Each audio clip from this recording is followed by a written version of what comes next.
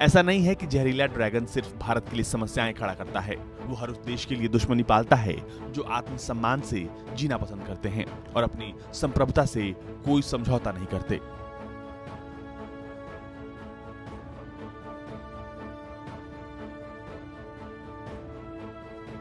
भारत की तरह ही एक ऐसा दूसरा देश है ताइवान, जो चीन का पड़ोसी एक छोटा सा देश है।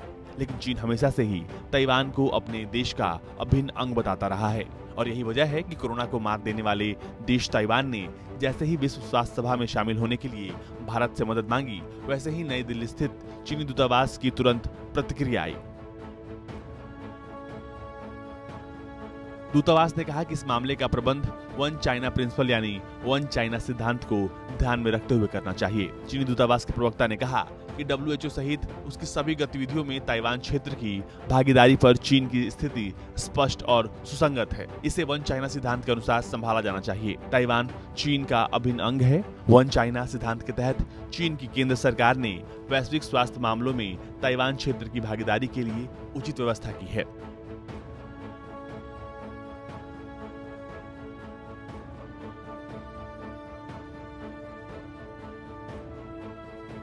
जो सुनिश्चित करता है कि क्षेत्रीय, स्थानीय या वैश्विक सार्वजनिक स्वास्थ्य आपात स्थिति में समय पर और प्रभावी तरीके से निपट सकता है। कोरोना वायरस से लड़ने में ताइवान ने अभूतपूर्व सफलता हासिल की। उसने भारत के साथ कोई खास संबंध नहीं होने के बाद भी पिछले हफ्ते 10 लाख सर्जिकल मास्क भारत को दिए। राजनयिक सूत्रों की माने तो ताइवान ने भारत को मास्क इसलिए दिया ताकि WHO की बैठक में भाग लेने के अपने प्रयासों के लिए भारत से समर्थन के आह्वान के संदर्भ में देख सके।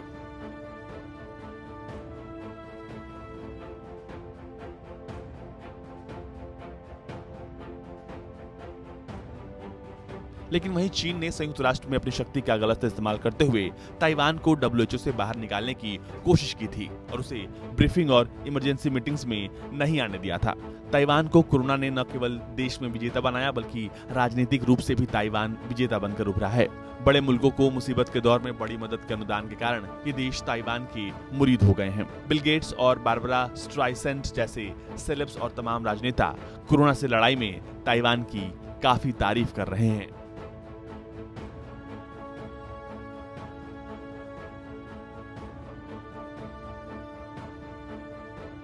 ब्यूरो रिपोर्ट, भारत तक।